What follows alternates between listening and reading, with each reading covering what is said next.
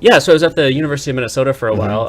I worked there as a technician, and then I did graduate school, and then I did a postdoc there as well. So I spent almost a decade at the U of M. And just almost a year ago, I left the world of academia and went back to industry and back into the biotech sector. And I started a little company called Beamogen. And a month after I started, we got bought up by one of the bigger biotech companies in town, Biotechne, and so now I'm a scientist at Biotechne here in Northeast Minneapolis, just a couple miles from the studio here. Okay.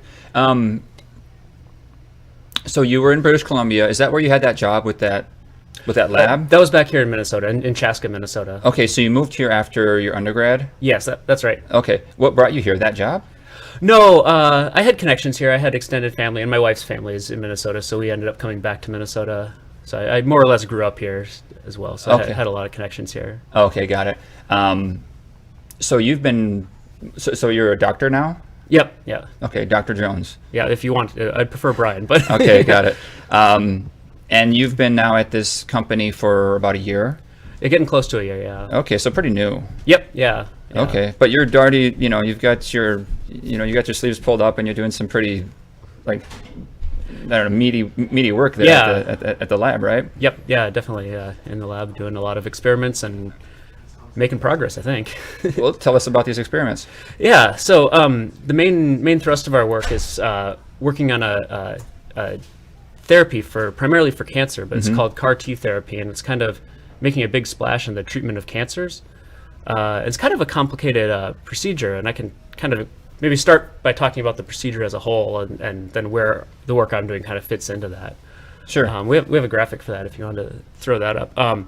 So CAR T, CAR-T cell therapy. CAR stands for chimeric antigen receptor, so it's a bunch of complicated words, but basically T cells, a lot of people might have heard of these. These are a type of white blood cell that's in your blood and in your bones. And the CAR T cell therapy will take a patient's own T cells out of their blood and then engineer them in a petri dish and put a gene in so that T cells, which are immune cells and good for fighting infections, but instead of recognizing a virus or something else, using genetic engineering, you put a target in, a weapon, so they can recognize cancer cells. We're going to break all this down. Yeah. Because we really got to start very at the basics here. So if like pretend like you're telling your parents or just some random friend or adult that you meet at a cocktail party or at the bar, and you tell them what you do, you start talking like that, and there's just so many things you take for granted there, right? Like, oh yeah, we can just put this place in this. Like, whenever people tell me about genetic engineering, it's like, hold on. Like, before you even start talking about the idea of a SNP or, putting in some segment of DNA to give me blue eyes or brown eyes, like, how do you even work on that microscopic level? So I'm going to start at the very beginning here. You said that your research has to do with extracting white blood cells and then working with those cells, yes? Yeah. Okay. How do you remove white blood cells from blood? Yeah, that's a great question, and I'm a few steps removed from actually working with the cells, but I can definitely explain it. Your lab just gets the cells. Yeah, we get the cells, and I don't even handle the cells myself. I do something that goes into the cells, but I work on it. It's so specified. Yeah, it's very specialized. A lot of different kind of roles and to kind of do the whole procedure. But are you familiar with the overall process? Yeah, at least on a high level. So a lot of people are given blood, so you understand how you poke a needle and you suck all the blood out, and there's a lot of stuff in the blood. There's more than just red liquid. Yeah. And if you have ever given plasma, you know that they can separate the blood a lot of times right there in the machine. They can separate the cells out from the plasma, which is just a liquid that has a bunch of molecules in it but no living cells. And that actually is clear? It's yellowish clear. Yeah, it's kind of an amber colored clear liquid. You get rid of the blood cells or the red blood cells? When you're donating plasma, that's what you do. And what you have left is like a, I don't know, clearish off-white. Yeah. Or off. Like, it's kind of interesting. So people do blood drives a lot, and you'll donate all your cells. But there's plasma donation centers where you can get paid. Yeah. Because there's no cells, it's not considered as selling a body part. So that's why you can get paid to donate plasma, but donating blood has to be a donation because of the way the laws are set up. even though there's needs for all of it. What about selling? This is a whole other topic. Yeah. What about selling? Like reproductive elements, like semen. That's or a good eggs, question, because that you can kind of get thing. paid for that. So I Yeah. don't know. I don't understand exactly how the laws work with that, but I know you can get paid for those donations as well.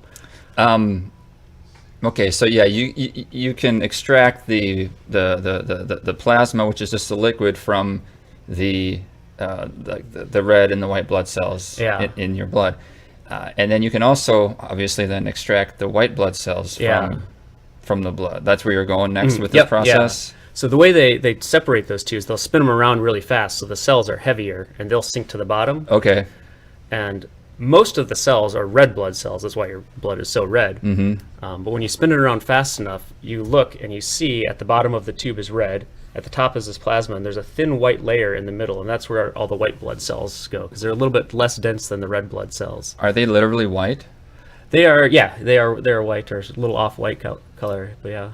And so what are the two functions of the red and the white? Do they have specialized functions in the blood? Yep, definitely. So the red blood cells are what carry mostly oxygen, but nutrients and oxygen and things around, and they're kind of the delivery vehicles. Okay. And the white blood cells, white blood cells are very complicated, and there's very many different specific subtypes of white blood cells. Okay. And I don't understand them all. There's B cells and T cells and macrophages, and they all have different roles, but they're all related to fighting off infections and immunity. So T cells are one category of those white blood cells. Okay, and that's what you work with? Yep, yeah. Okay, let's just make sure we got all this laid out. So the red blood cells are actually fairly uniform, and they will all kind of have the similar purpose, carrying oxygen and nutrients throughout your body. Yeah. Kind of what we maybe considered what blood to be for, typically. And then the white blood cells are there to fight. Yep, they're your little soldiers. How'd they figure that out? That's a good question. I'm not sure a lot about the history of the it, origins of so many things always strike me, like who first drank fermented drink and then decided this is good, and then handed it to a friend who saw their friend acting crazy and said, yeah, I believe you, I want to drink what you have because you're acting odd. I've always found those origins, or who found out which plants were poisonous or which mushrooms were poisonous and which ones weren't, Yeah, I feel like so much of it is just came out of desperation in times. Especially you think a lot about things that are, that you eat, or a lot of things that are considered delicacies now came out of a time when people were desperate and trying whatever they had. And yeah. And then if you ever need a reason to feel gratitude, be glad you weren't experimenting with, I'll rub this on me, or I'll eat that mushroom, and you don't have to find out the hard way how that all mushrooms are edible once. Yes, right. You want to find the ones that are edible repeatedly, and ideally taste good too. And somewhere back, I'm guessing 1800s or who knows when, they figured out that white blood cells. Maybe they figured it out because the people who had very little white blood cells or something like that were sick more or something like that, and so they figured out that has to do with keeping you healthy or something. Yeah, and I've read some of these old experiments. Some of them are pretty. By today's standards, sound pretty barbaric. Yeah, right. So I remember reading about how they discovered that this one chemical, urea, can cause proteins to unfold. So they put a frog in urea overnight and it dissolved. these kind of experiments that I don't think that would get past the ethics board today. No, and they do some pretty crazy stuff to animals even today. Yeah. So that was really over the top. Okay, so they figured out that white blood cells have to do with fighting disease. So obviously then if you can take these soldiers, these defenses, and heighten them, give them a little more oomph, then we can, or specialize them for a specific purpose. Yeah. So your immune system's kind of broken into two categories. One is called your innate immune system, and it's less specialized and good at kind of overall defenses. And then there's the adaptive immune system that can be very targeted and towards specific threats or infections. Okay. And so you're familiar with having antibodies, and that's why you get your vaccinations. And so your adaptive immune system can recognize specific targets and be able to recognize it again if they see them again. And so T cells are part of your adaptive immunity, so they can be very focused on a specific target. And what we do in the lab is reprogram them to be very specifically targeting specific types of cancer. how do you reprogram them? Well, there you go. Yeah, like when you say reprogram, that the first thing I and every layperson thinks of is, okay, I can understand like programming, the classic stereotype, programming your VCR. Some people watching don't even know what a VCR is, perhaps. And then, of course, there's computer programs, and you understand, okay, I got it. If you type this into the computer, then that will happen. Got it. We can program a video game, or you can program a command for it to do something. But this isn't code. You're not, well, kind of, well, maybe you could say it is, but you're not, it's not digital data that you're inputting into a machine. It's some kind of physical aspect, some kind of physical process. Yes. Yeah, it has a lot of parallels with code. It's really interesting. The analogies that people like to use are very kind of whatever technology is in vogue. So in the 1800s, they always talked about parts of the body as being like steam engines or like gears, and this very mechanized kind of view. And now computers are the latest technology, and so that's kind of the analogies that are drawn a lot. Yep. Same with brain function. Yep. Yeah. I know that's common too. When I learned about that. Yeah. Yeah. But there are definitely some good parallels and why that is a good analogy. So your DNA can be thought of as the code, and when your cells execute a DNA string, and they will read it and carry out a function that it prescribes. I always love the graphics that are often shown in popular news sources where they talk about editing genes, and they'll show little scissors or little tweezers playing with the cartoon DNA molecule. Yeah. And a lot of people have, I think, visions of like looking under a microscope with the little scissors cutting DNA, and that's not how it works. Yeah, so, it feels like you're doing surgery. On the cell. Yeah. And like you don't have a scalpel. No scalpels. Yeah, you're not doing that. So take us through the process of programming a T cell. Yeah. Well, first, I think it's important to get like a little understanding of kind of the scales that we're working with. So the stuff that I do is too small to see under a microscope in most cases. Okay. There's a graphic I have that shows kind of the range of scales. But if you think about something that's about the limit of what you can easily see and handle, it's about a millimeter or a couple millimeters. Think of like a little BB or something, and that's about 1,000th the size of you. So that's kind of the scale where you can interact with. That's the limit. I see. And like a grain of sand. Yeah, something that's it's on the millimeter scale. Now the same difference from you to that would be the difference from that to the size of a cell. So that's down to the micro, the next 1,000 times smaller. Yep. And that's no longer visible, but you can see cells under microscopes, and you can look at them moving and see parts of the cell. So just to give people an idea of the scale of how small a cell is, you can then, so if a grain of sand is 1,000th of us, or maybe a large grain of sand in this case, or a grain of salt or something like that, then is it safe to say approximately that there's 1,000?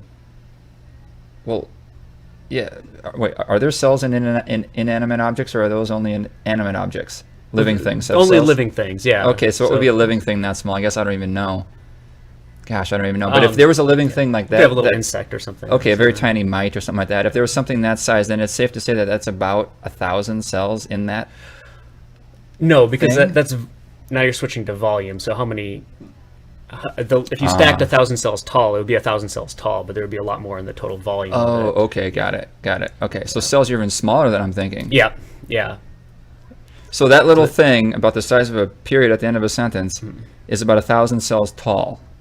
Yeah, something like that. So like our cells tend to be in the order of maybe 5 to 10 micrometers. Okay. So a micrometer is 1,000th of a millimeter. So. Oh, okay. And then bacteria cells are even smaller than that. They're about 1 or 2 micrometers long. And so a white blood cell is about 5 to 10 micrometers. Yeah, it's going to be somewhere in that ballpark. Okay, and that's what you and you can see that under a microscope, but you're not able to perform the function you do with switching out. Correct. The genes. Some of the early techniques do physically manipulate. They can get glass. Basically needles fine enough to actually poke into the cell, but that's not how we do it. And sometimes you see that on TV, I think too. They'll show like a cell, and then they'll show it being punctured with like some kind of, pokey device, and then it breaks. It punctures the wall of the cell, and then it goes in there. And so you think maybe, they're injecting cells with Yeah. So when they like cloned Dolly the sheep, for example, that's actually how they did it. They used this needle to put the DNA into the cell. Oh. I believe that's how they did it. Yeah. Wow. Okay. Yeah. But you don't do that. That's not how I do it. No. No. So we use, well, it's interesting. The normal way that most CAR T cell therapies work, and the ones that are on the market right now, actually use a modified AIDS virus to put the DNA in. So you're using, this is how, like, what's that called? What's the new DNA modification technique? CRISPR. CRISPR, yeah. That's an acronym.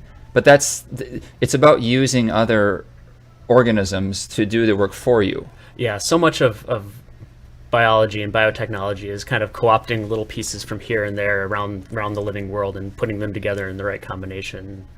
And that's what you do then with yeah. When you're doing and so you're working with these T cells. What are you doing to them? What are you reprogramming them to do, or what are you putting in them to reprogram them? So I make the piece of DNA that gets put in them. The other people that I work with that actually put the DNA in, they'll use a technique called electroporation, which is basically just applying a high voltage for a brief amount of time across the cells, and it damages them enough that gets to be holes in the membrane around the cell, and pieces of DNA can get in. How do you know it will?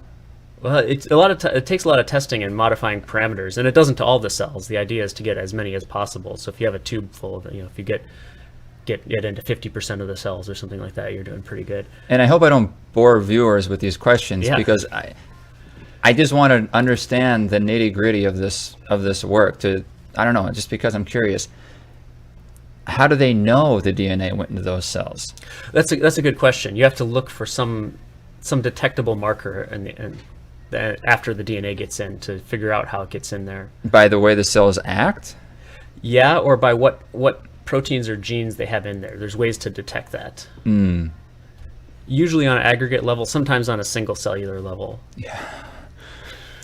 You maybe it's a good time, Joe, can you pull up pictures for viewers at home of what his lab looks like? Now, these are pictures you took, yes? Yeah, this is me. This is I'm purifying some DNA in these little test tubes. I don't know what order they're in, but... Well, pull up the one, the test tube one.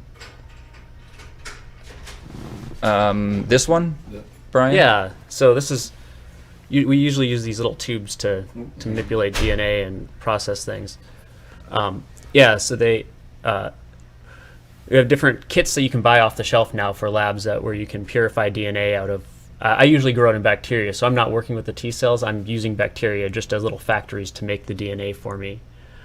And then you have to isolate the DNA that I put in there apart from all the bacteria DNA and all the other parts of the cells. So what do you get? Like when they give you stuff to work on, what are you receiving? Sometimes it's just a text file of a DNA sequence or a protein sequence. And then it's amazing now what you can do. You can just log on to some vendors' websites and type in the letters. DNA has 4 nucleotide bases, and they're represented by A, C, G, and T. So you can just type in the A, C, Gs, and Ts into a computer browser, hit order, and they'll be shipped to me later that week. A little tube will come with that sequence of DNA in it. In a liquid? Usually it's dried down, but you'll resuspend it in a liquid. You'll add some water, and then you have it in a liquid. It's dried down? It's dried down. So you look in there, you see anything, or maybe just a little white film on the edge. That's the DNA itself. So DNA is detectable with the naked eye? If there's enough of it, you could see it. Yeah. There's a great little experiment that you can do with strawberries or any fruit. But strawberries are nice because they have a lot of DNA. But you use ice cold rubbing alcohol and dish soap, and you can isolate the DNA, and you can actually see white strands in the liquid. So you can, if there's enough of it, you can see it. And are you only able to see it because there's such a huge strand of it? Yeah, or there's so much of it kind of gooped together. Usually is the case. Okay. Yeah. Can you see an individual DNA molecule? No, you can't see that. Okay. But if you see a bunch, obviously, then it's detectable. Yeah. So you get that, and this is the DNA that you're to then put into the T cells? Yeah.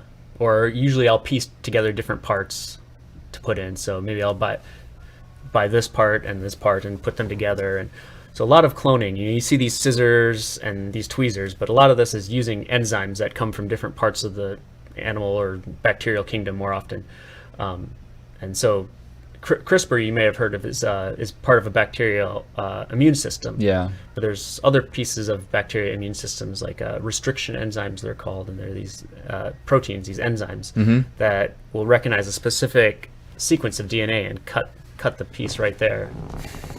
So I'll have a map, a way to visualize the sequence of DNA on my computer, and figure out based on the sequence, if I use this enzyme, I can cut it here, and this one I can cut it here, and then I can take this piece and I can grab this other piece and put them together. Yeah, I think that's something I saw in a CRISPR video about an enzyme will come in and it'll cut. I think that's what they use. Is enzyme the right word? Yep, an enzyme is a protein that does a reaction, that does a chemical reaction. Okay.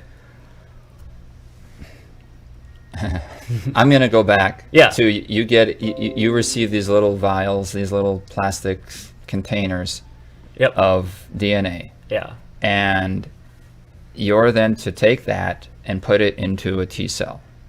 Yep. Is that true? Yeah. Okay. How do you do that? Yeah, and so that's where my technology really comes in. The project I've been working on. So I talked about most of the CAR T cell therapies on the market use the AIDS virus, which there's a number of problems to that. There's a few limitations and drawbacks. It's slow to make virus. It's expensive. Viruses, they're very small, and you can only fit relatively small genes in them. Mm-hmm. So a lot of the CAR T cells, the new weapons they're trying to give the T cells, are getting too big, especially if you want to give it two different CARs so it can recognize the cancer even better, or something like that, like a lot of the companies that develop these want to do. And in case we didn't get to the whole purpose of why you're doing this, talk about that. What are you re-engineering these T cells to do? Yeah, so if we teach the T cell by giving it this piece of DNA, we give it a receptor. You can think of it as a weapon, a new gun. Okay. That can target cancer. And this analogy works. Yeah. Warfare. Yep, yeah, it is. I mean, it is very much warfare at a cellular level. Okay, go ahead. But cancer is very hard to detect because it comes from you, and it looks a lot like self. So T cells normally don't recognize it very well until we can find these unique markers on the surface of cancer, and then basically teach the T cell that this is a target now. Wow. So you using these genetic engineering So techniques. Cancer is so deadly because it's undetected for so long.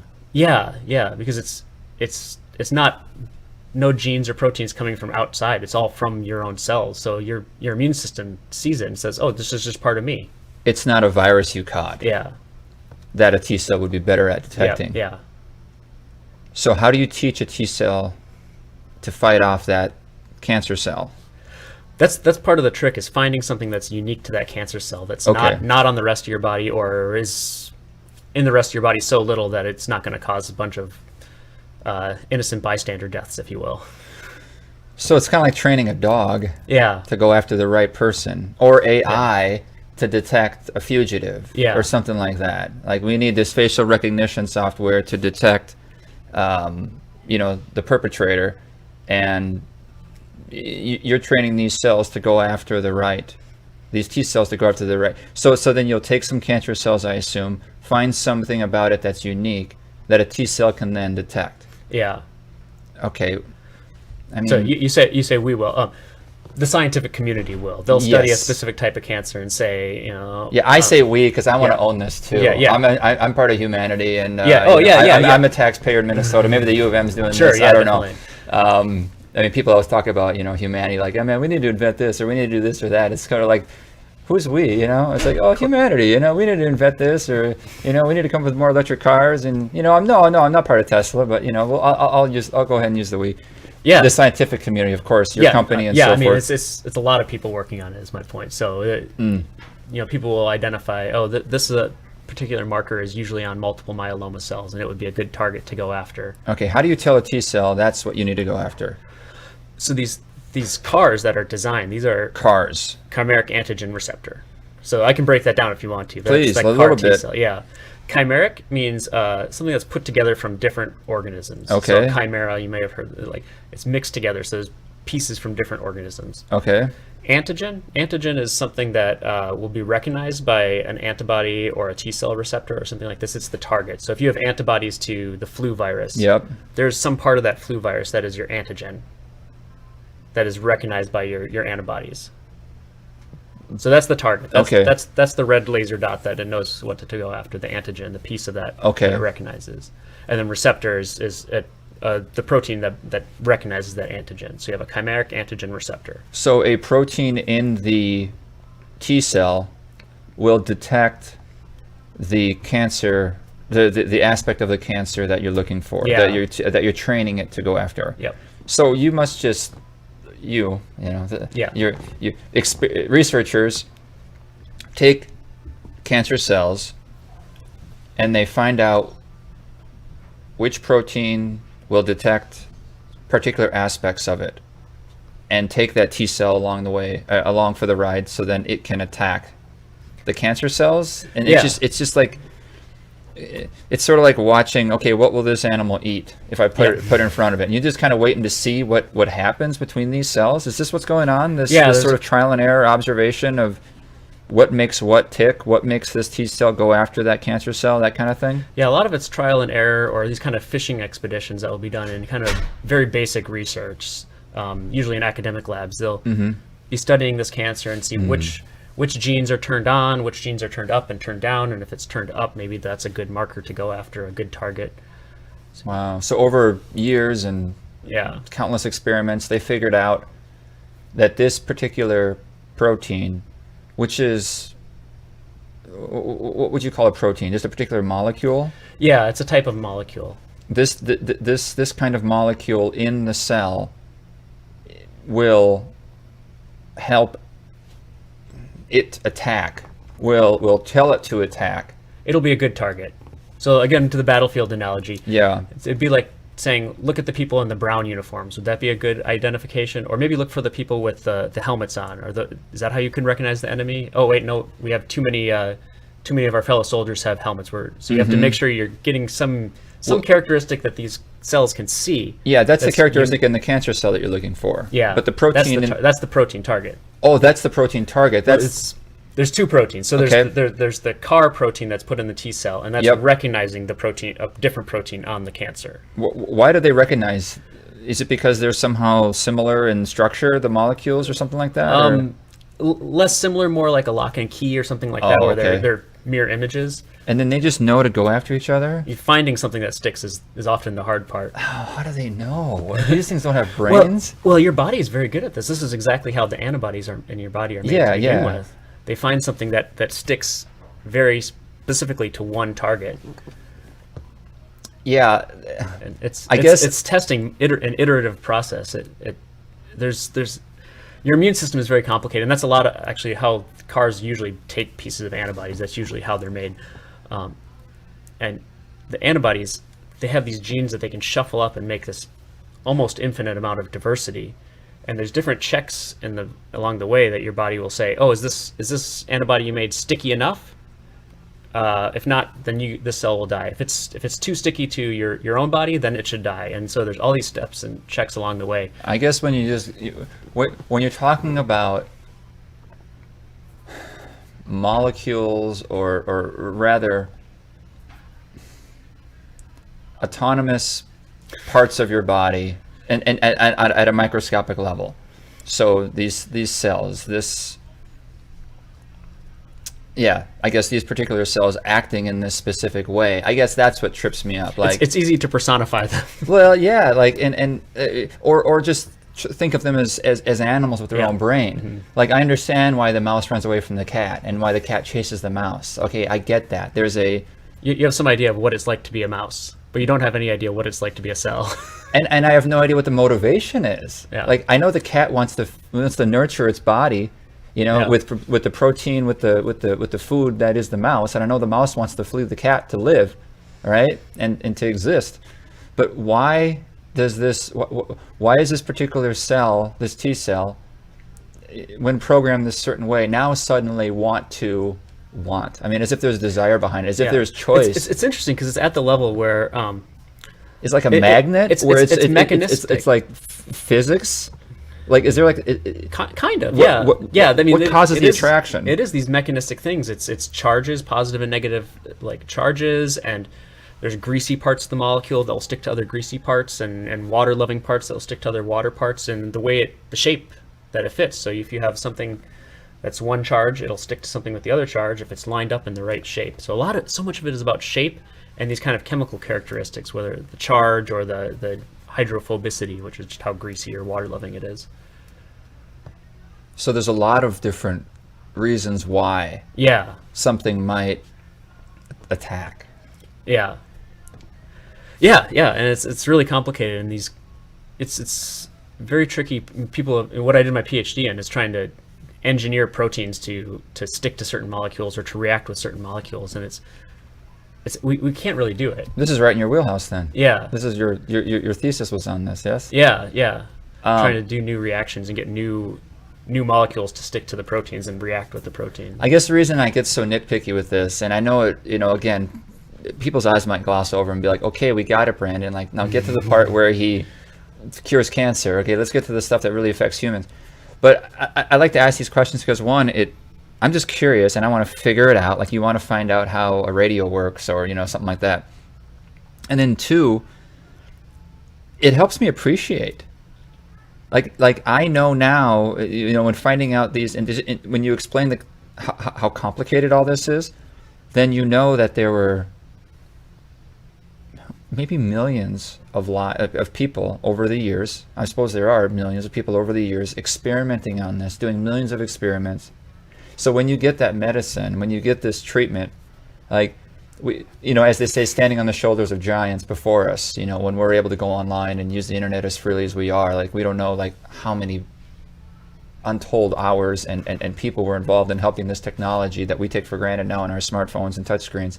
And it's similar with medicine, clearly. Yeah. And this helps put it in perspective, like just how many people and their passion has benefited humanity, in immeasurable ways.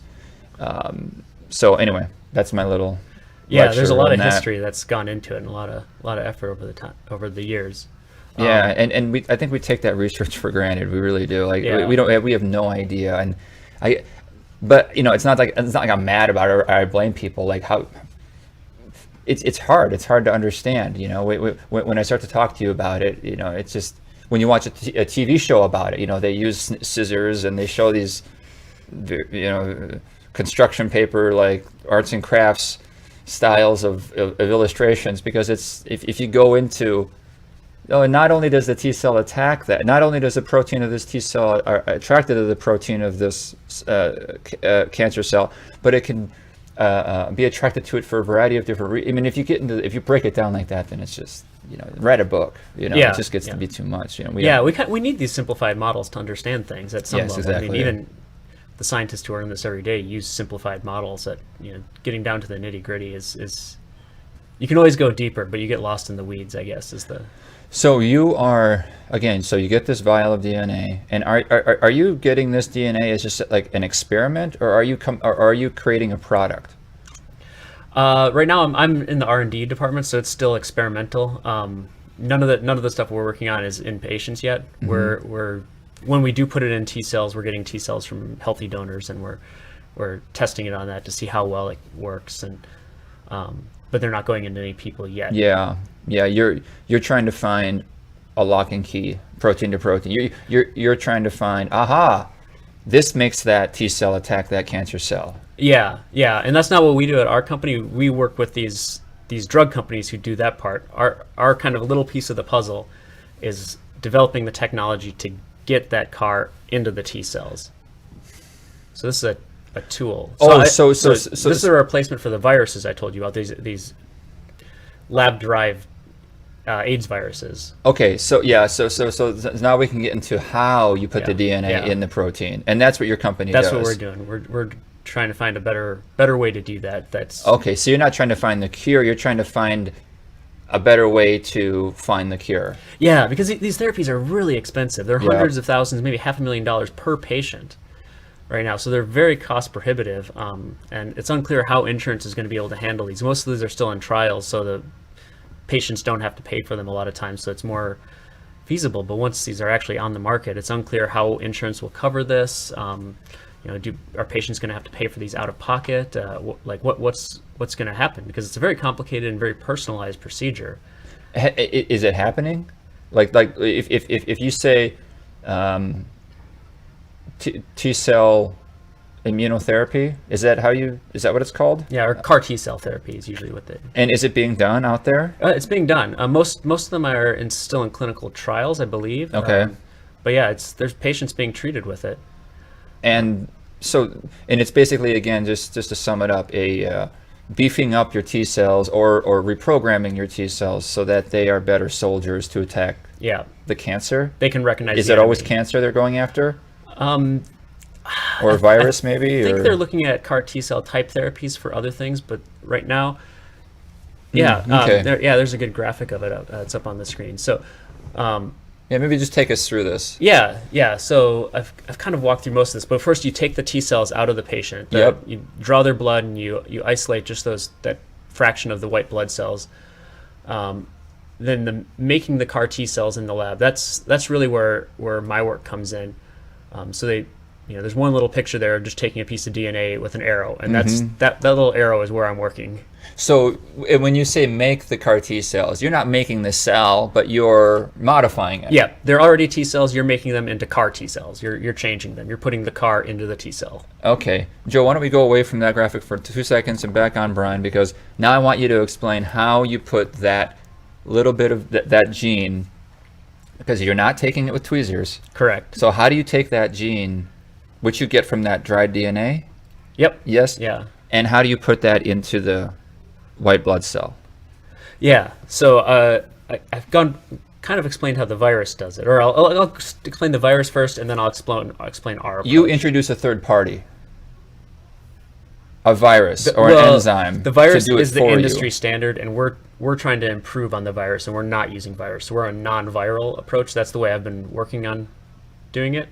But a virus is a third party. I use third party as sort of just a everyday lingo to help people again, you're not taking tweezers, you're not just taking one and putting it in the other, you're introducing a third organic element to do it for you. Yeah, and this is all kind of playing around at these things that are right on the edge of life.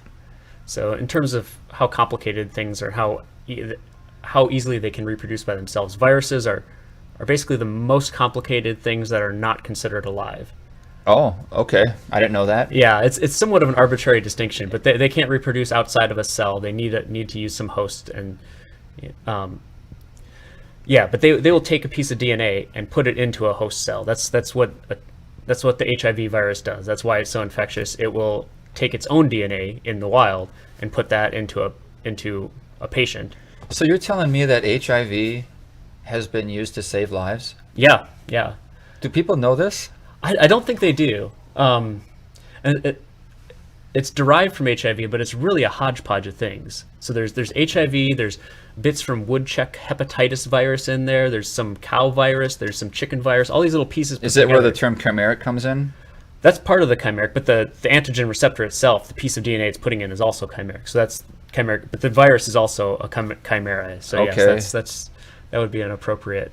Gosh, so they've weaponized viruses are always weapons. Yeah. The biowarfare. Like we know these terms, right? We've heard accusations from Syria and whatnot. But now this is another kind of biowarfare. Yeah.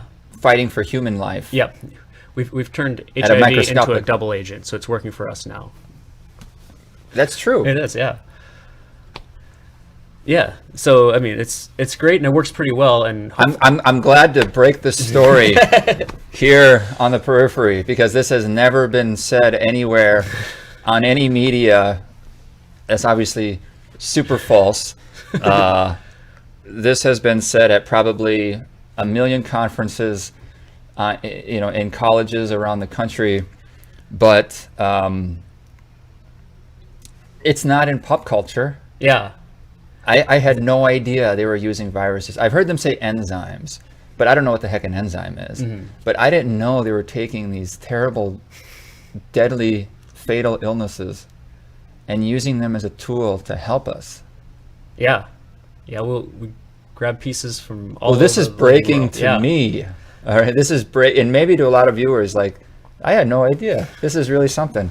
It's amazing. I mean, Keep going. Yeah. Keep blowing my mind. So, I mean, it's great that we can do that and it works well, but it's obviously quite important that it's not an infectious virus. It's not going to give you AIDS when you get this treatment. Yeah, and is this actually is there like an ethical issue here? So you're kind of like, we need more AIDS, man, because we need to use it to help us. These viruses aren't being harvested from people. They're in the lab. Nobody else has to get an good HIV to know. infection. Good to know. So they're not somehow benefiting from sick people. Correct. Okay, they can.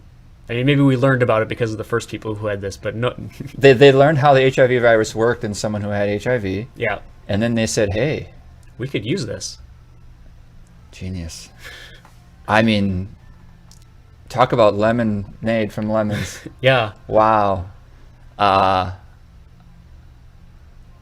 And you can create the virus?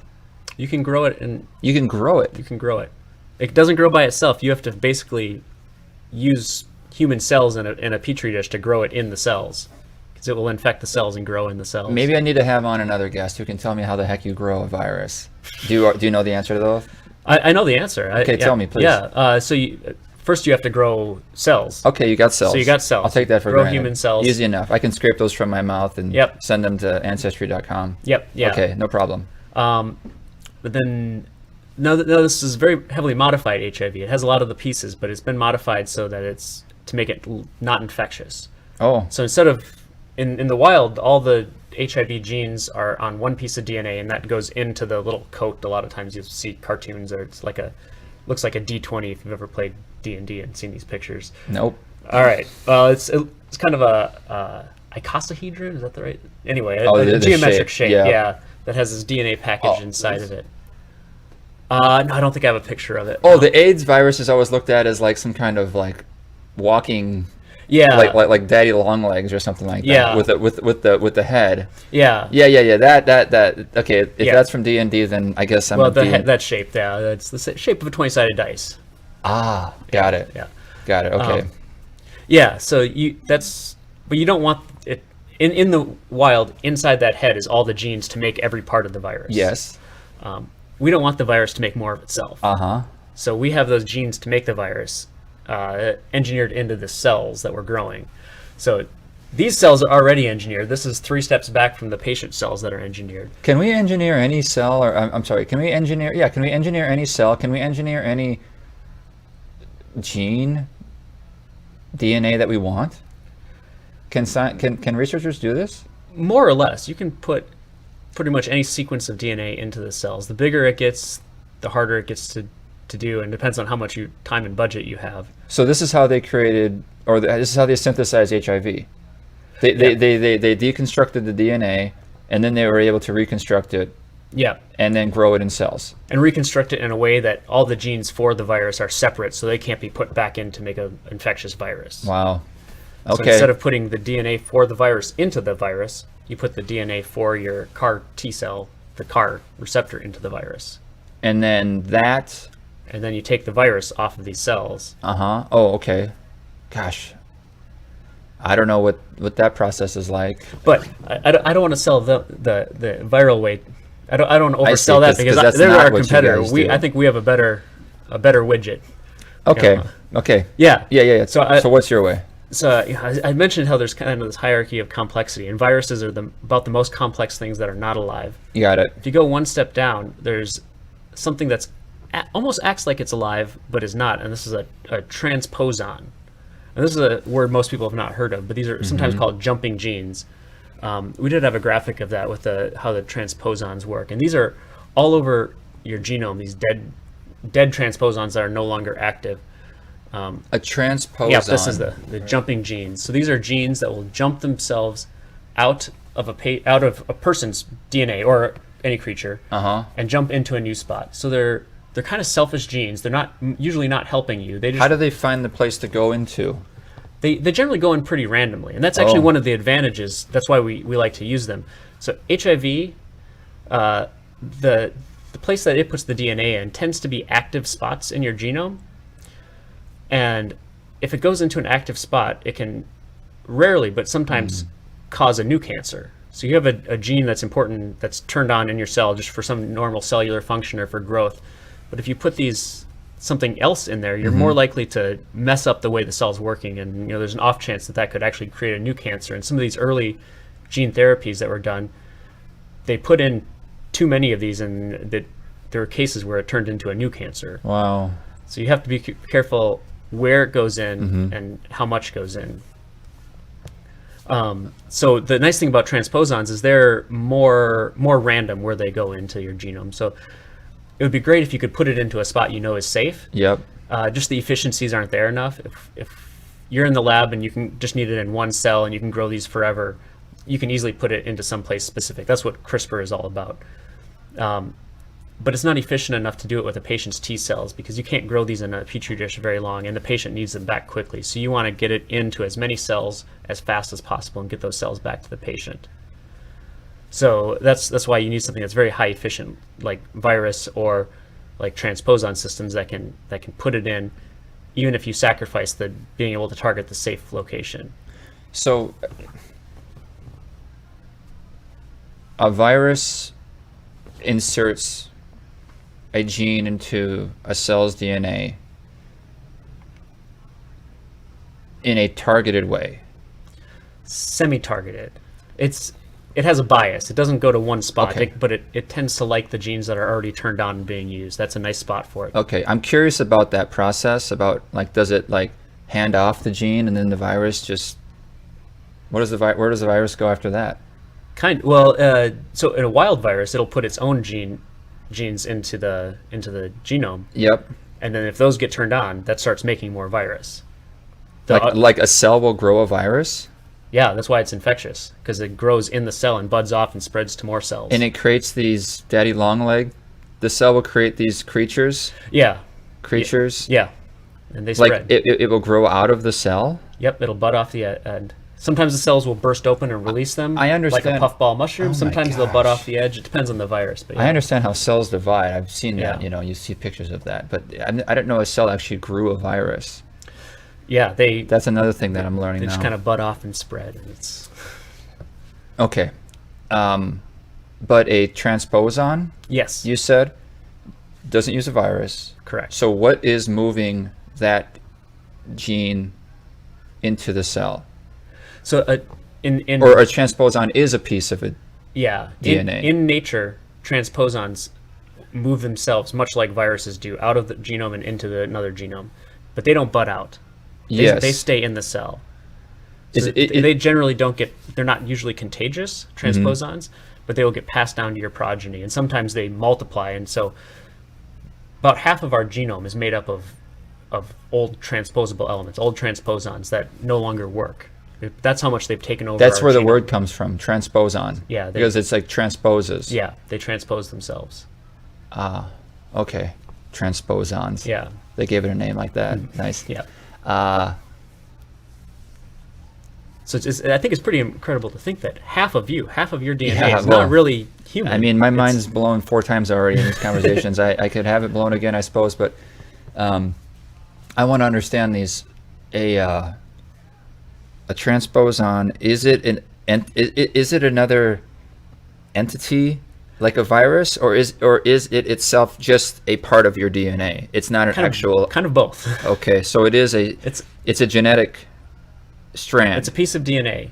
Okay. But that DNA, the DNA is instructions, and the instructions of that DNA are for an enzyme, a protein, that cuts out that exact piece of DNA and puts it in somewhere else. Okay. An enzyme is a kind of protein. An enzyme is a protein that catalyzes a reaction. It does chemistry. Okay. It moves stuff around and makes chemical reactions. Yep. Okay. But a transposon is a particular part of your DNA that might just move itself to another. Yep, move or copy itself somewhere else. So if it moves from one to another, does that initial one have to regrow? What's now missing? Yeah.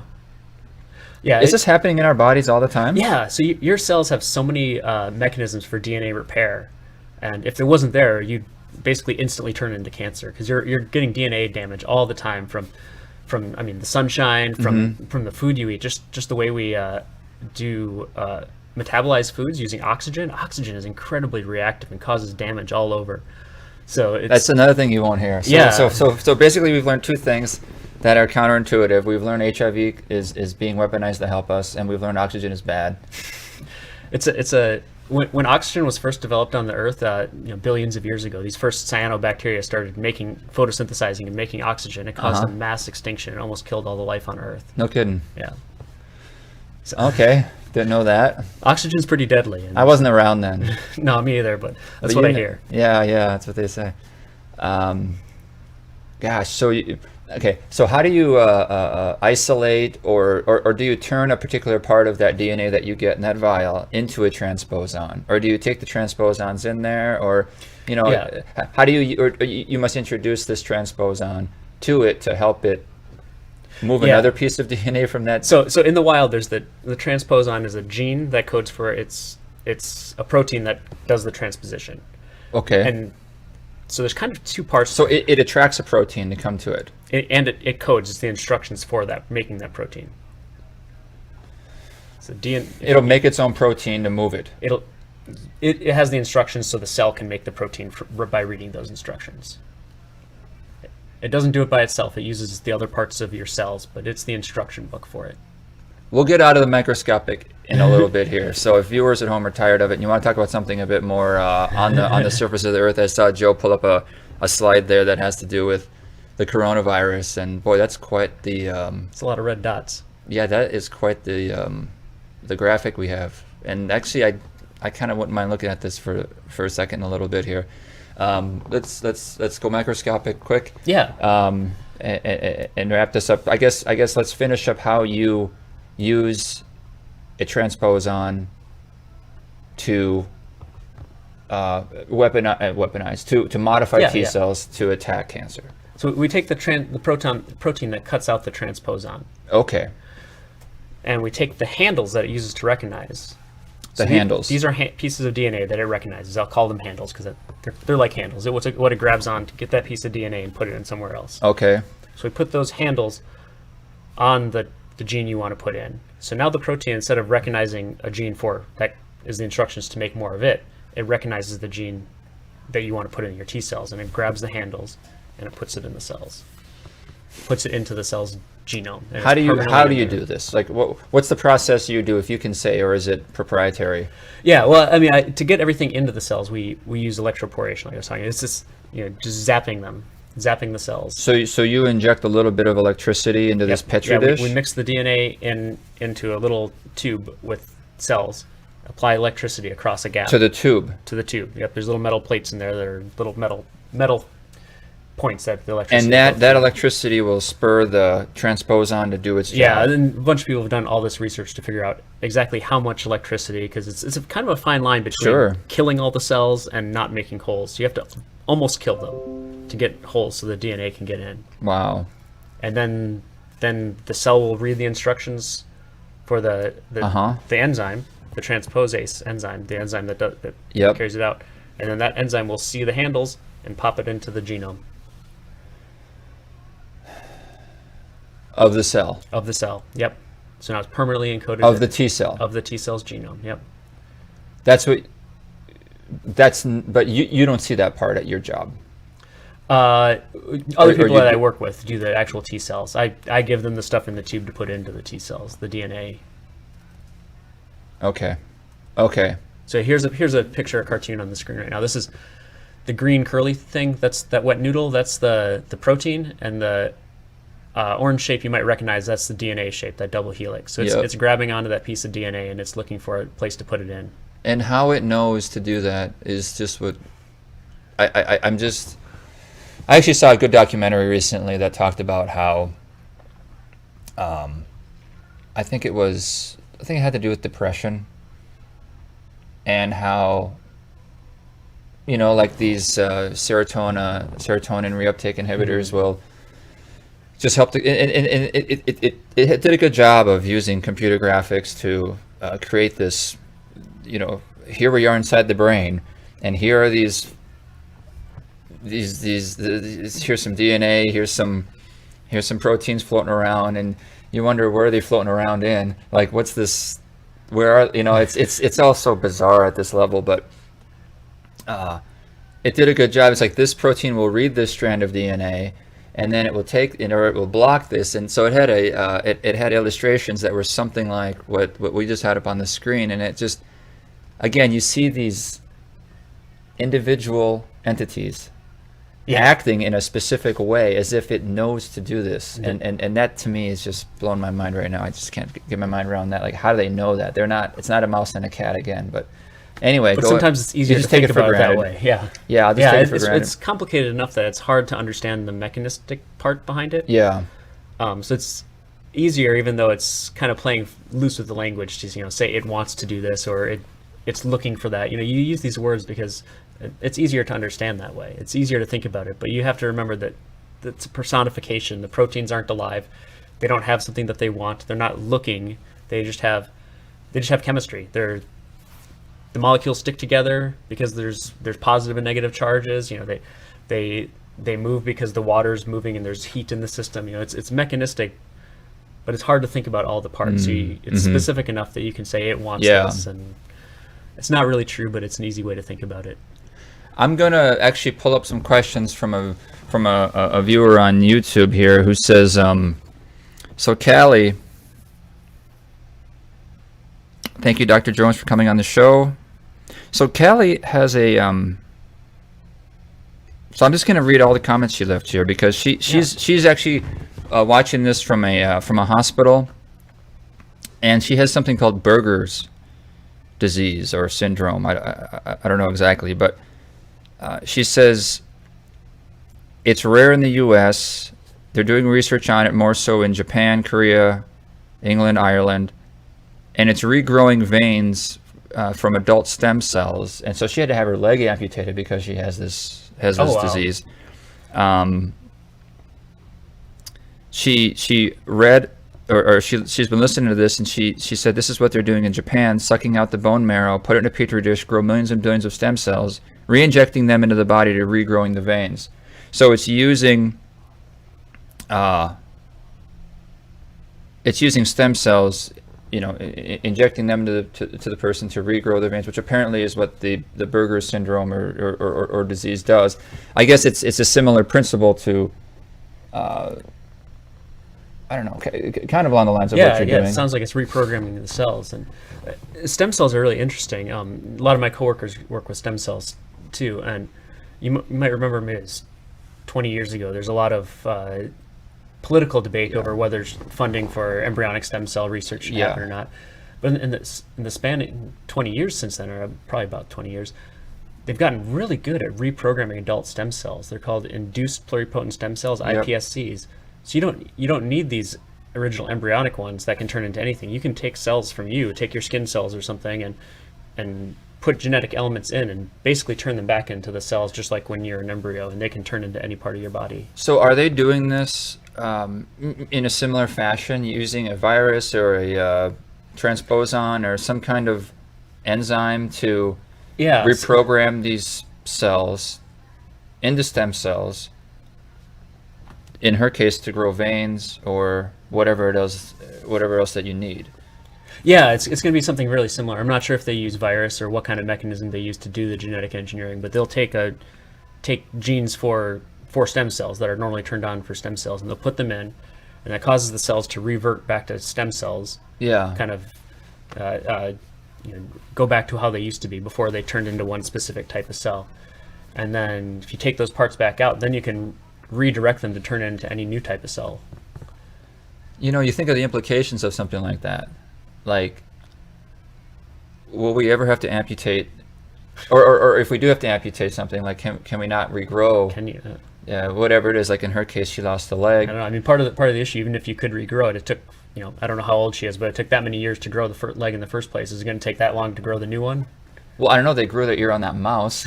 Remember that? Kind of, yeah. And that didn't seem to take very long. Yeah, I think what they did is they took the cartilage from the ear, so the shape was already predefined, and it just grew cells on it, I believe. What's that? I'm sorry. The shape of the ear was already there, and the mouse just grew cells over it, I think. Oh, okay. So they had the cartilage. Yeah. I didn't know that. It's kind of a cheat, but it looked cool. Yeah, that's like fake gold. Yeah. That's just gold leaf. Yeah. That's just cell leaf. That's not a real ear. Not that ears are that You could put a fake ear on someone and one wouldn't know the difference anyway. Probably work pretty well. So maybe things like a nose, like where there is no like specific, it's just tissue. There's no like organic organ function. Then superficial kinds of things. Yeah, I mean it's they would mostly be able just to. skin and structure at that point. Yeah. You have the cartilage for structure and the skin to kind of protect it, but there's not a lot going on under the surface. Gosh.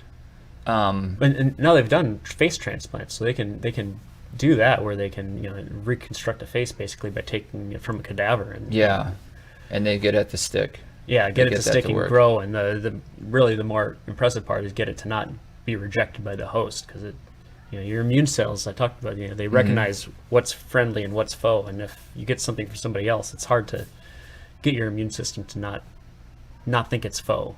So how do they but what about organ transplants?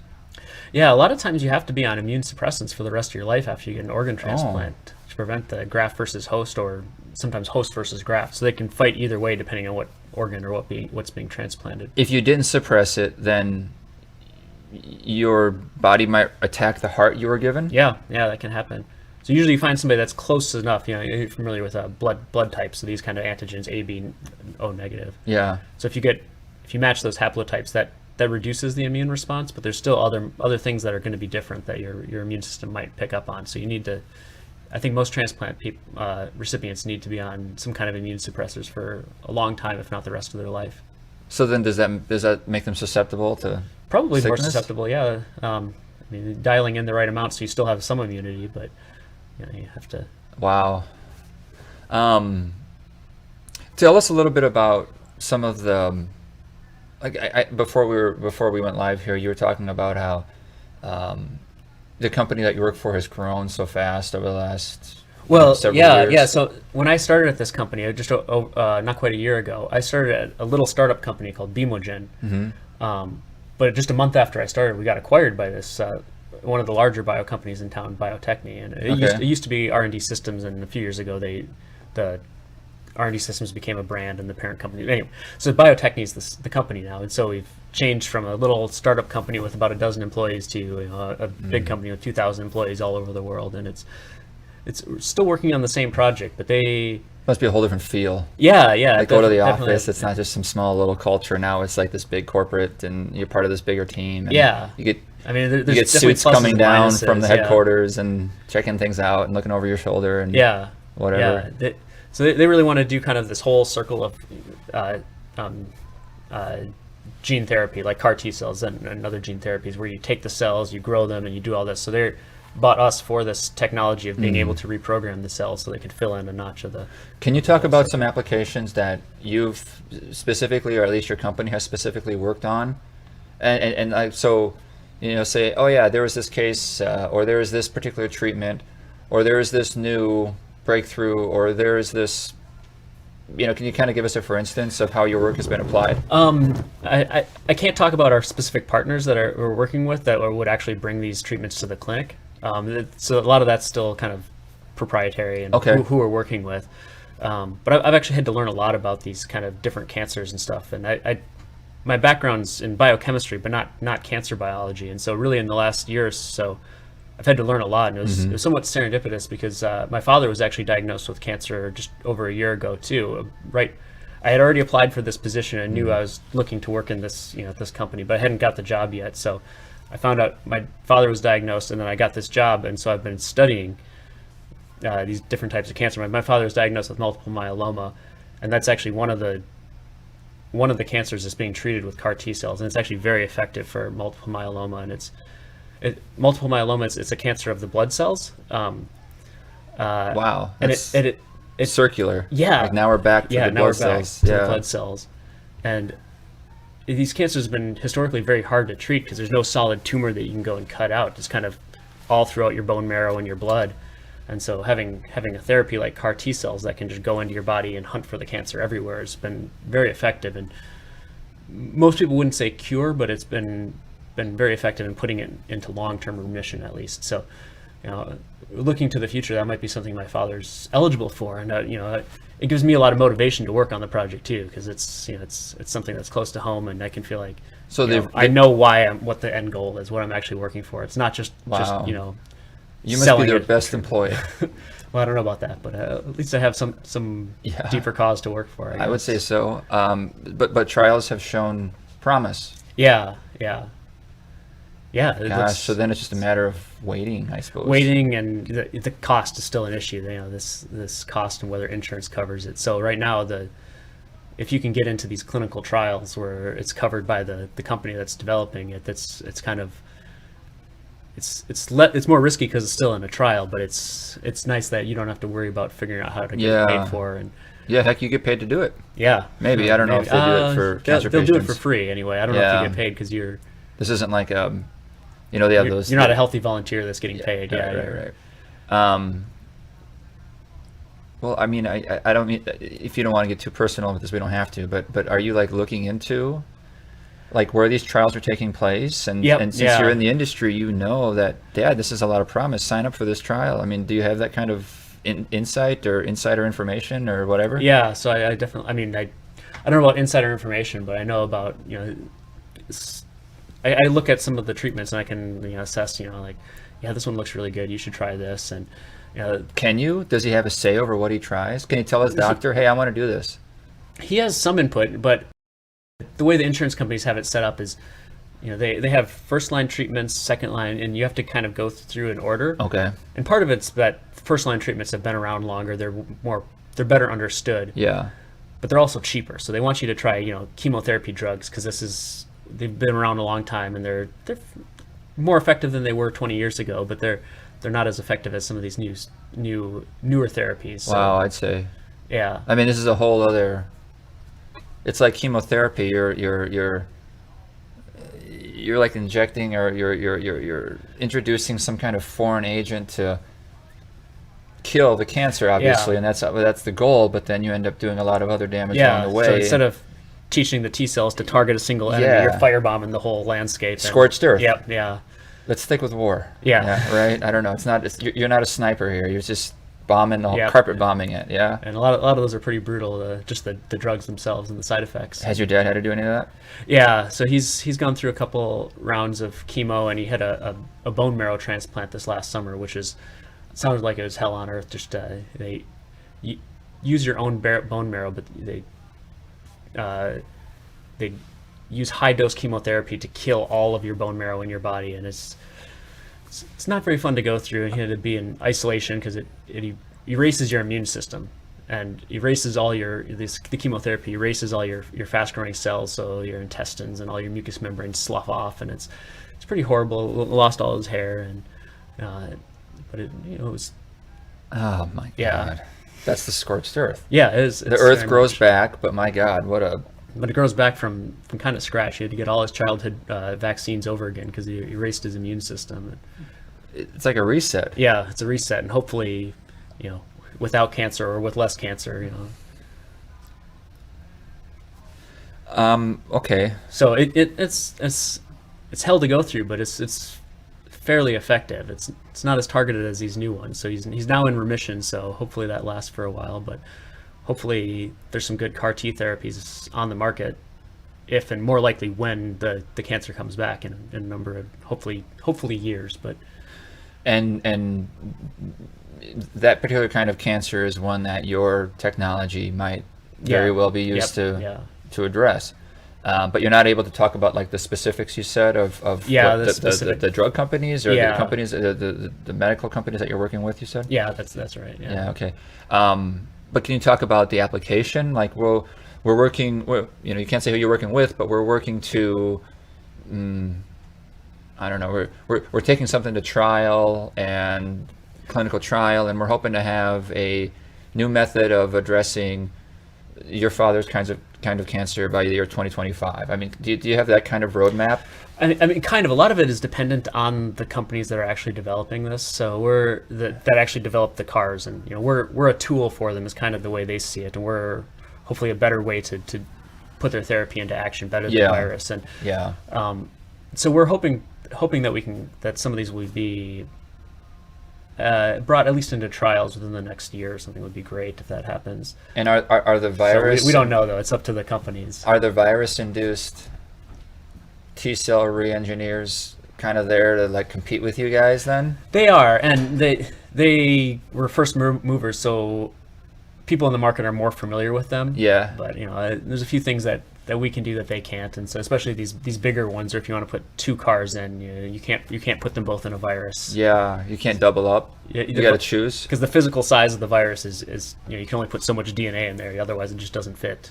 What if they tried both? Like, well, we'll do viral and we'll do. I'm sorry. Say it again. Transposon. Transposon. Yeah. Can you do that?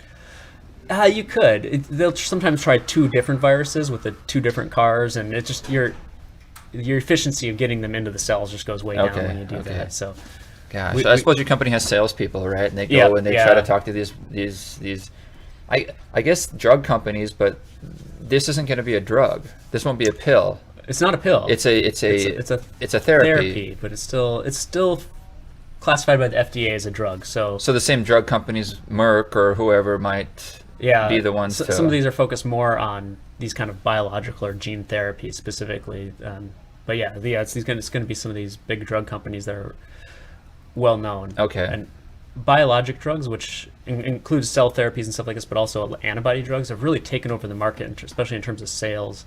So of the top 10 grossing drugs right now, I think most of them, maybe 7 of them, something like that, are all biologics. They're not these little small molecules like aspirin or something like that. Yeah. They're antibodies, or they're cells, or they're some living or complex molecule or living cell. So is this sort of a new wave of medicine over the last 20 years? It's been more toward these biological therapies. Yeah, because it can be very specific and very targeted, and especially patient specific. Because a lot of these, especially the CAR T cells, you'll find this marker that the CAR T cell will recognize, but each patient is different. So you might say, a protein called BCMA is one that they target a lot on multiple myeloma. But not everybody has that on there. So you can test each patient to see, does your multiple myeloma, does it have this target? Is that should we use these snipers, or should we go get these mortar guys over here, these other T cells? I've been hearing about how the fact that we can sequence our genome can also specify medicine. Is that related to this too? Yeah, because you can actually sequence the cancer genome specifically, not even just the patient's regular genome, but this mutated genome that's in the cancer cells. I have a graphic that shows the cost of sequencing. This is really kind of mind-blowing how much this has changed in the last 20 years. So the Human Genome Project, it was completed in, I think, 2001, and it cost about $3 billion. Yep, this is the one. And there you go. Yeah, so in 2001, the first human genome was done. It says 100 million here, but if you count the whole project, it was actually $3 billion to get that first genome sequenced. You might have heard of Moore's Law in computing. The speed doubles or the price halves every 18 months. And that's what this blue line on this chart is showing, is Moore's it's Law. way So this is faster than faster than Moore's Law. And so now you can do a whole genome for about $1,000. So it's What are those kits that you can do for 23andMe? So they're still not doing the whole genome. I guess not. They're looking at about $100. Yeah, so they're looking at specific nucleotides or specific parts of the genome that they're known are either associated with health conditions or are correlated with certain ancestries. But it's getting to the point now where you can do testing and sequence the whole genome, and it actually creates lots and lots of data that researchers have to dig through. And so Too much noise? there's a lot of noise, but you have to figure out how to pull out that signal. And a lot of my work actually has been moving into kind of bioinformatics. So I'm at the computer about half the time writing Python code to analyze sequencing data.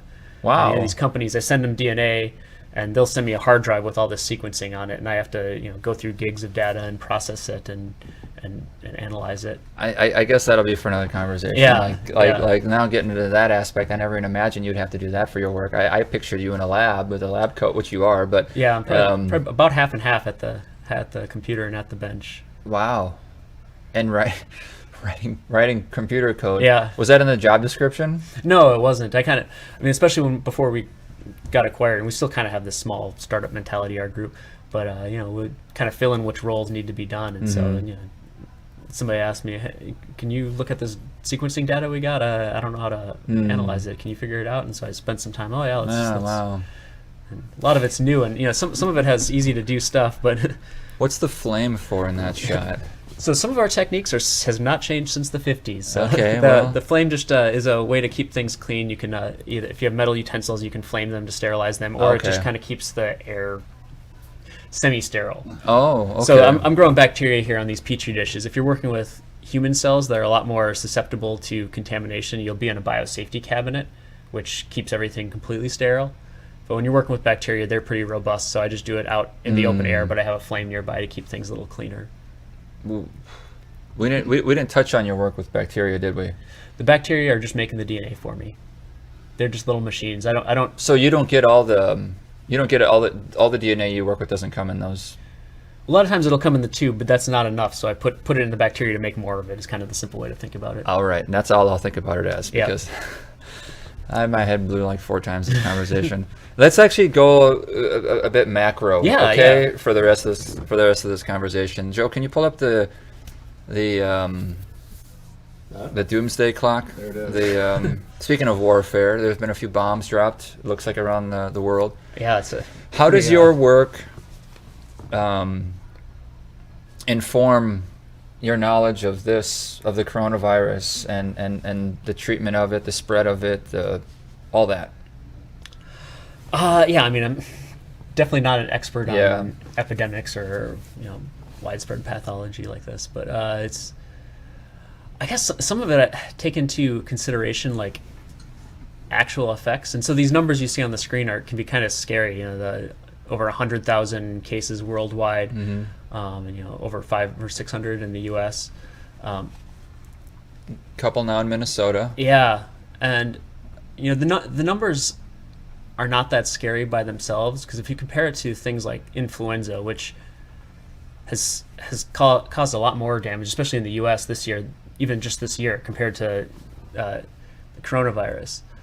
The most dangerous or potentially scary part of this graphic is the little chart down in the lower right, and looking at those curves.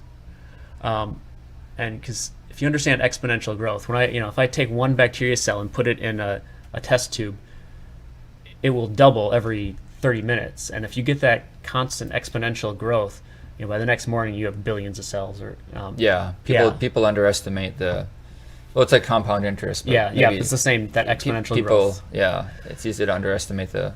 So the shape speed of that curve is what can be really scary, and it's nice to see at least the big one, the mainland China, looks like it's pretty much flattened off, and the number of recovered has gone way up.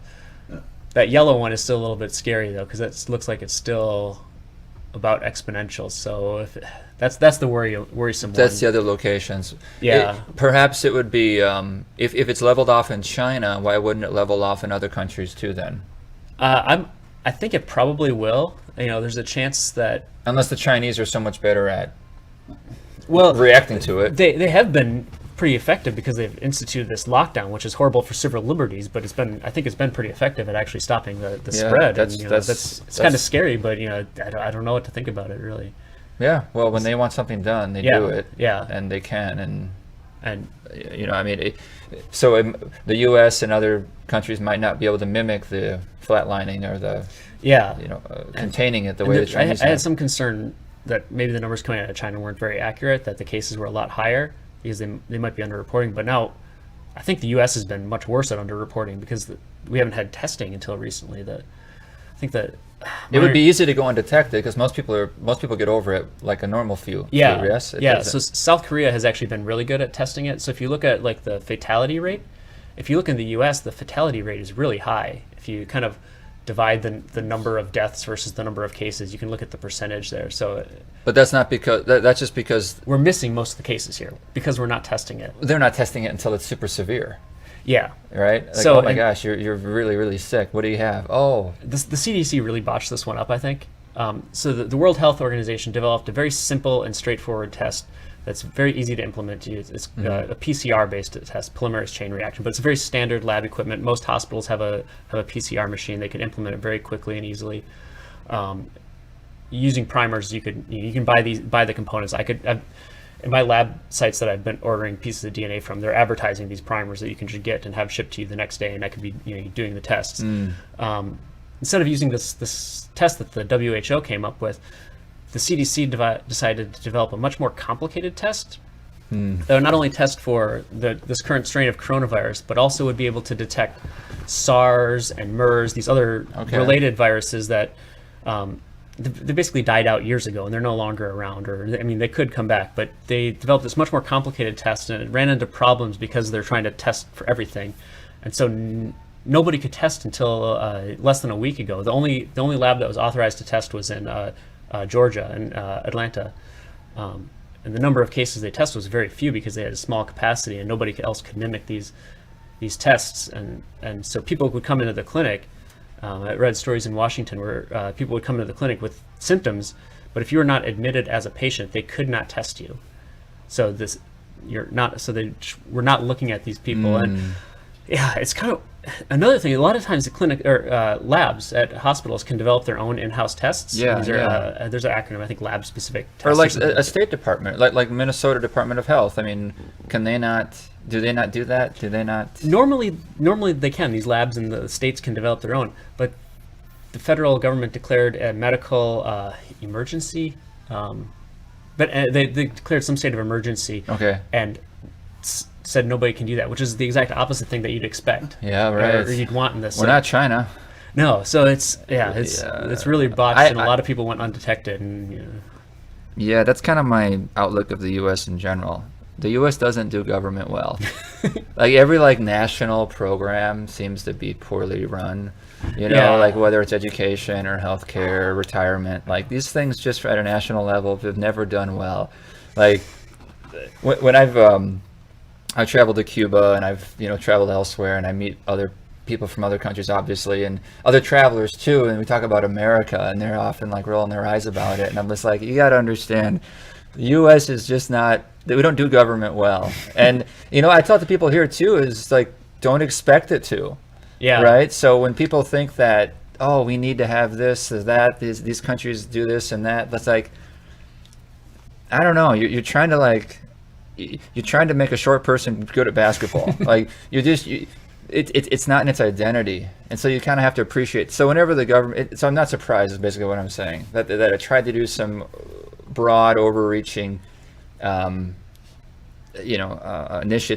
and that it ended up failing. We're a bottom up country. Yeah, and I think the U.S. would be much better, and the citizens of it would maybe be a lot more relaxed if they just recognize that that's its strength, and we should probably work with that strength, and they recognize that that's the way the U.S. is going to proceed.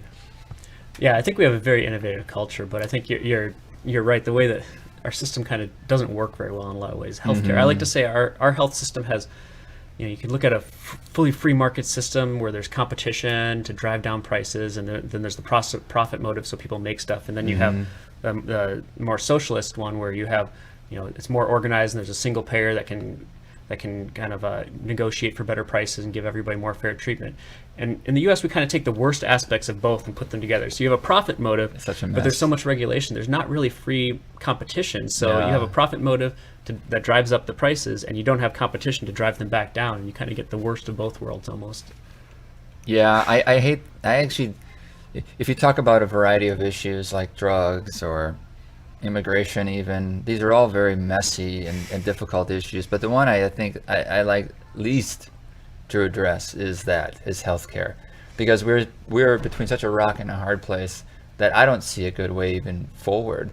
That you just have to kind of recognize that it's going to be a disaster, not a disaster, but it's going to be messy or just kind of ugly at times, and that's just the way it's going to be, and day by day it'll just chip away at this without any real beautiful horizon in sight. I'm a fan of a bottom-up approach where it's possible. I think I would love to see where tests can be developed locally and done almost at home and this kind of stuff, and cut out a lot of the middleman. Actually, if there's a silver lining, it's with technology, and technology making things cheaper and more individualized and localized, so that you might not, but that's a whole other. That might go against the people who want to see a bit, a more general approach to healthcare, or maybe it can work hand in hand with that, where you can get some kind of national model while also having these localized. I don't know. Yeah, it's a messy situation. I'm a techno optimist, though. I like to describe myself that way. I'm optimistic about the future because of technology. Let's spend a few minutes here before we say goodbye talking about the technology you work with. Yeah. Because, I mentioned like the implications of growing an ear, and like, oh my gosh, are we going to be able to, what are the potentials for that? But what about just the genetic revolution in general? Like, people are worried about this, designer babies, this kind of thing. What's your techno-optimist view on that? Like, do you express any caution or hesitation about it because you think there are moral issues, or I don't know, it could be bad for humanity in any way? I actually, just tell me what your thoughts on that. I think I have less trepidation about this than even most people in kind of the biotech industry or in genetics. Yeah. You may have heard of this case, I think it was about a year ago in China, where they used CRISPR to create the first genetically engineered babies. Yeah, and CRISPR, again, being a technique to modify your DNA. Yeah, and I think this kind of thing is going to happen, and I think it has a lot more promise than it does risks, I guess. There are definitely things to consider and things to think about when you're doing it, and the case in China probably didn't make a lot of sense, especially the specific gene he was editing, but there's a lot more fear, I think, in moving forward. If somebody moves forward and it takes a misstep, yes, it can cause lots of damage, but there's kind of an imbalance in the risk and reward, especially from a regulatory level. When you're allowing or restricting these types of technologies, if you allow something to go to market and it causes negative effects, people will look at the regulators and say, why did you let this happen?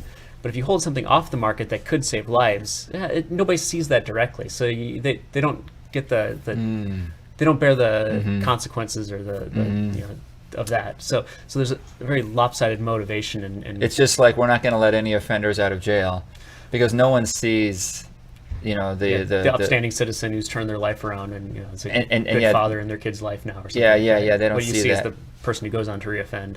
Exactly. Yeah. But I don't think most people are okay. There's probably a lot of posturing, but that's what I see. So when I watch a video on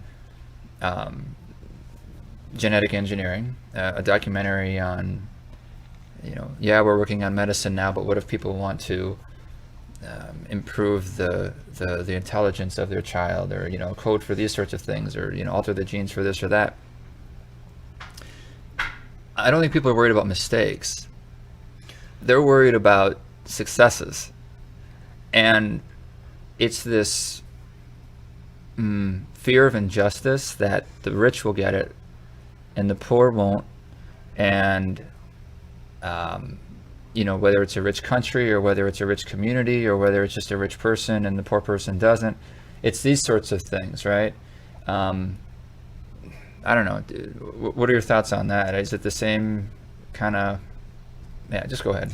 Yeah, I think these kind of issues of inequality kind of and amplifying, I think we need to think about them, but at the same time, like, I see technology more as a more democratizing a leveler. Power. Yeah, a leveler. Yeah. If you look at technology, the most cutting edge technology in the world, like the latest iPhone. Yeah.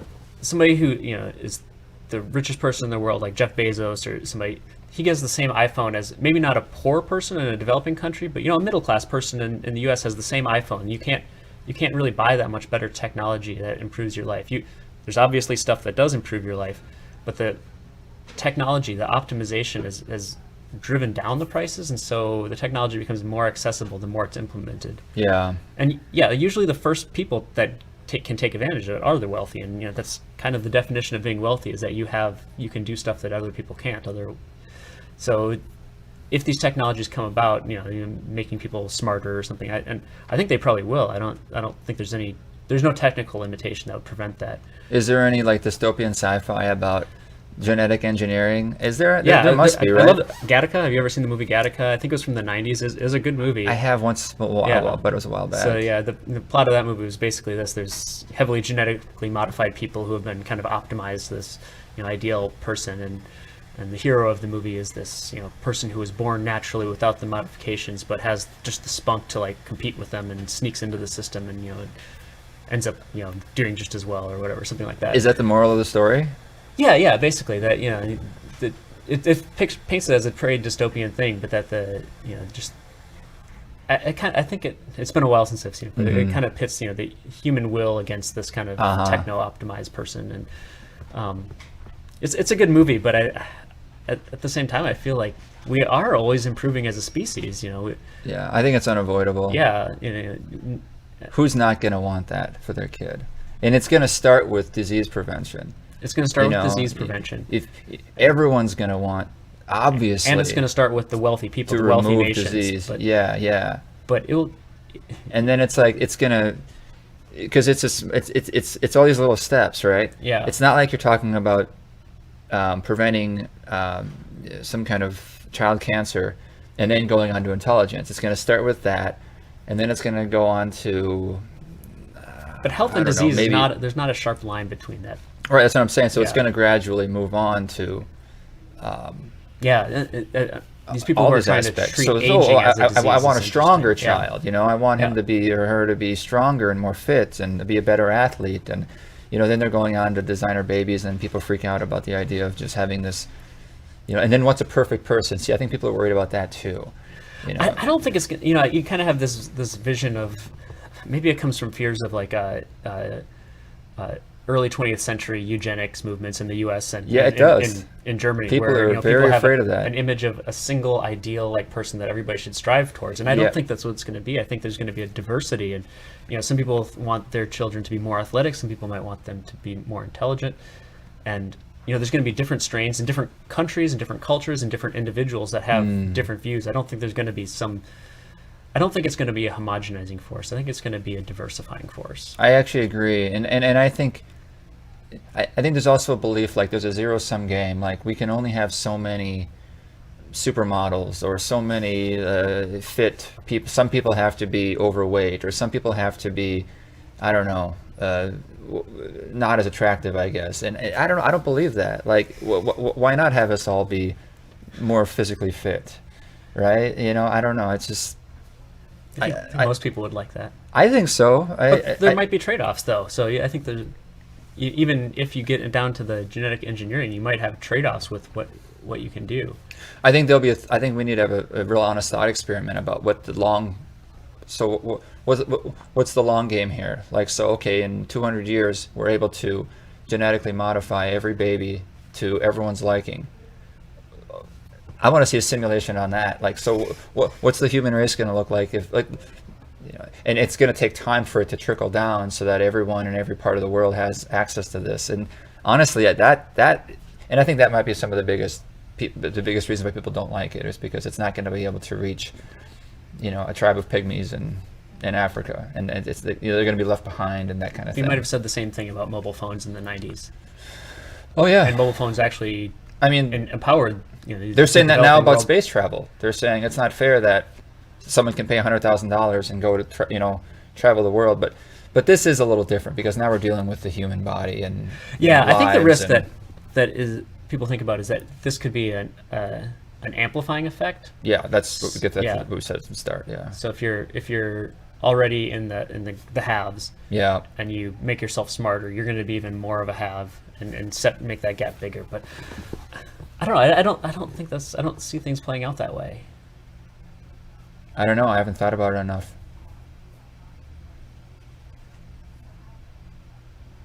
Technology does both. It does. I mean, if you're going to use technology to your advantage versus someone who doesn't, or who uses technology to their disadvantage, it's going to accelerate. It's going to polarize the two outcomes. And so I suppose with gene modification, I don't know.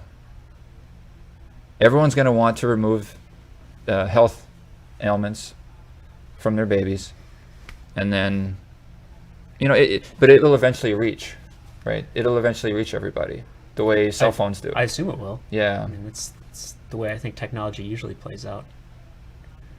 And then I think there's this overall worry, as there has been for new introductory technologies for the longest time. Yeah, right. I mean, everything's people always like to be nostalgic, and anything that's Yeah. changing is scary, and it can be scary, and not everybody's going to want to jump on, especially early on. The other thing that plays into it is not just wealth and affluence, but or willingness to take risks. That's true. Because some of these early ones are probably going to have a fair bit of risk associated. Or at least unknown outcomes. Yeah, it's going to be the ones who are desperate. My child's going to be born with this cancer unless we do something.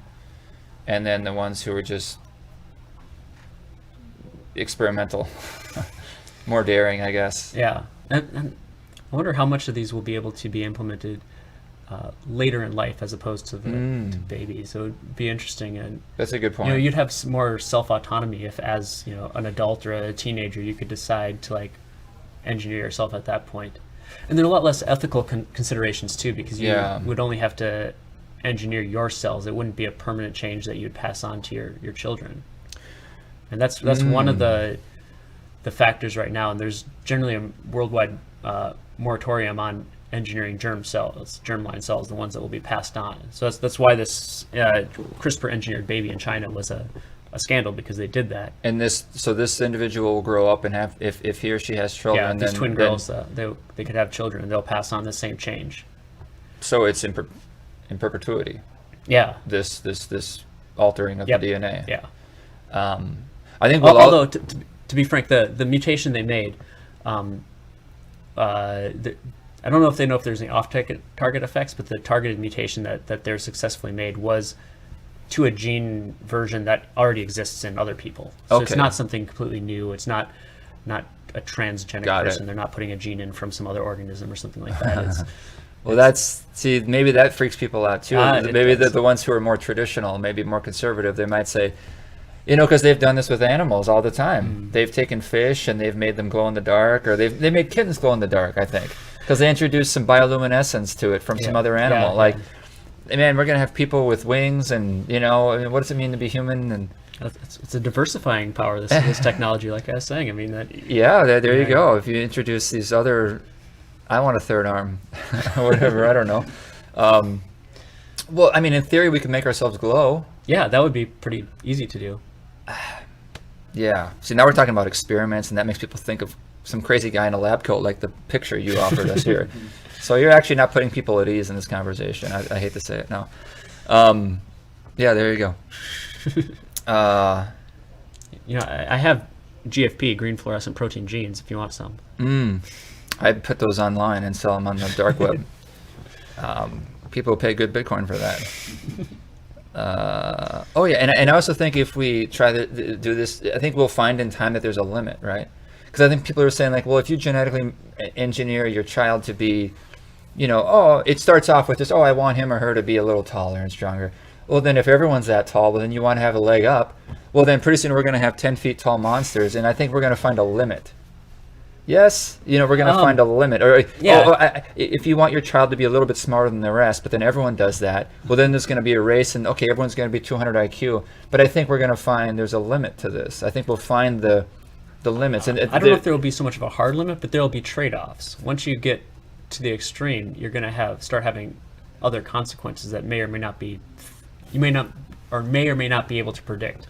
So you can see this with like breeding dogs, for example. People want bigger dogs, and they've bred these large breeding dogs, but the rest of their body really hasn't evolved over as much time to handle that size of a body. So you have joint problems.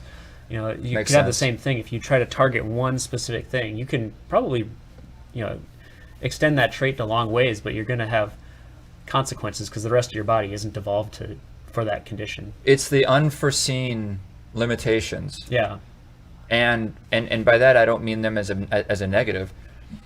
I mean, people aren't recognizing the natural confines that will keep us from creating freaks, just crazy 12-foot tall monsters, that would just kill in boxing or UFC or football field or whatever. There's reasons humans evolved to be the height they are. We don't understand them all probably, but there's different conditions that are adapted to different sizes, and if you push yourself too far. I believe that there are these unforeseen natural limiters, just like we don't appreciate that there'll be a new technology on the horizon to help us. So we think, oh man, Earth is doomed because we're going to continue having as many babies and emitting as much CO2. And it's like, yeah, but they've been wrong about that since all the 20th century, because they assumed in the 50s that by the 90s we would be gone, or we would be. The future's hard to predict, and because fear does sell. It's easy to.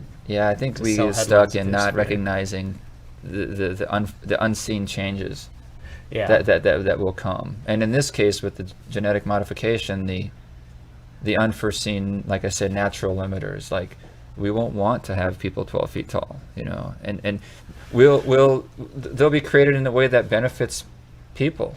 What's an interesting thing to think about, though, is if people start to leave the Earth, then you're no longer in those conditions that you evolved for. So maybe being 12 feet tall wouldn't be a bad idea if you're living on an asteroid belt. Well, then we better engineer people like that so they can, right? If that's in fact good, because we need to mine these asteroids, right? Yeah. Because they have a lot of zinc or whatever. We need the lithium for your cell phone batteries, right? Yes, we do. Mine just died, as a matter. In fact, my tablet died, so I couldn't take all the questions. Oh, no. Oh, you know what? Kelly chimed in and she said Germany tried that with the master race. See, so there's the eugenics thing. So people worry about that. There's a big difference, though, I think, with the top-down idea of a perfect human. And the eugenics movement really was pioneered here in the U.S., and the Germans copied it and took it to a horrible extreme. But even in the U.S., it was ugly. There was, at the fair, people would get blue ribbons for the most ideal family, and actually ribbons for the families that were the most. So they had the best offspring, sort of like you. Just like breeding cattle. Yeah. They have some idea of what the perfect human family looks like, and. Well, we do that with models and athletes. We just don't give ribbons. Yeah. Well, we just give modeling contracts. Yeah. That's less top down, though, and I think ideally, these kind of there's it's not without hierarchies. It's not as blatant. Yeah, but there's differences. There's different.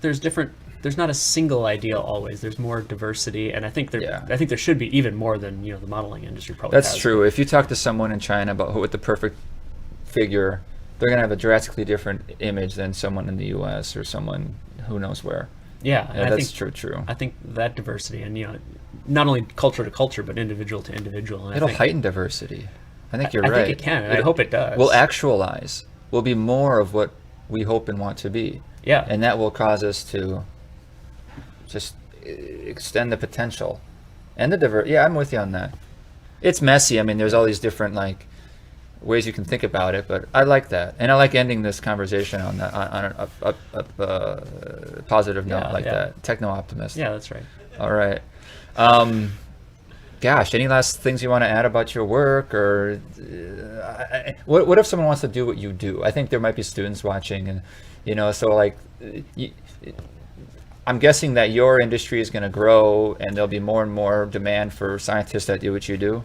Probably, yeah. And I think the tools are there to make it a lot more approachable. I'm a big fan of kind of DIY biology and trying to push the limits of what can be done without institutional support. So I'm part of a meetup group in Minneapolis, DIY Bio, and we kind of hang out and do it yourself. Do it yourself. Yep. So a lot of the equipment, especially now that a lot of it's information, DNA sequences on a computer. Anybody has the technical ability to do that. It's just learning, and universities can be great for learning that, but they're not essential, especially with the stuff that's available online. So you're saying you can start now from your home? I'm saying you can, yeah. Learn about it, download some of the free software out there, look at some pretty pictures of proteins and DNA. Do you recommend software? It depends on how deep you want to go. Fold It is a fun game. Fold It. This was a game that the protein's folded shape is very important for what they do for binding or for doing different reactions if they're an enzyme. Okay. And it's very hard to predict those shapes. There are ways to measure it, but even those are pretty hard. So they have computer programs that will try to fold in the right shape, but they ran into limitations. So these researchers developed a game where you can use human intuition to fold proteins into the right shape, and it just released it for public. Turn it into a game, and they were able to solve some new structures that they had never been able to figure out before. So it's a gamification of looking at protein structures. I think that's a really neat idea, and you can actually it's a game, but by playing it, you learn about protein shapes and structures and chemistry, and you also contribute to actual real world problems and help fight diseases by doing What age range would you say the game is most appropriate for? probably not young kids, but if you're a teenager or high school student, it's probably pretty approachable. Okay, Yeah. so if there's any high school Yeah. chemistry teachers or biologists out there, it's their students would be good for that. Yeah, folded. yeah. Okay, cool. Well, thanks so much for coming Yeah. down today. Yeah, thanks for having me. It's been explaining- fun. Taking time off of your day to come here and share your work with us and your thoughts on the world. And I'm guessing you'll have enlightened a lot of people, as you did me, and maybe even put our concerns at ease about the future and these, whether it's the coronavirus or whether it's genetic engineering. The work you're doing is, it's going to save lives. So thank you for that. Yeah, you're welcome. I hope for I was coming able down. to explain it in a way that everybody could follow. It was more or for me. less. It was a really good start. In that I saw lots of like, oh my gosh, that's crazy. Oh my God. Those are the aha moments, I like to call them. I hope some people at home had a few of those as well. Thanks so much for tuning in today. I'll be back next Monday afternoon, 2 p.m. Central, with my guest, Zeki Unver, who is a Turkish-Greek international business guy, does real estate. He's got a certification in gemology, so he's got knowledge about the West African mines and just all these geopolitical business knowledge that I can't wait to pick his brain about and share him in our conversation with you next week. Tune in then. Thanks for tuning in today, and see you then. Bye.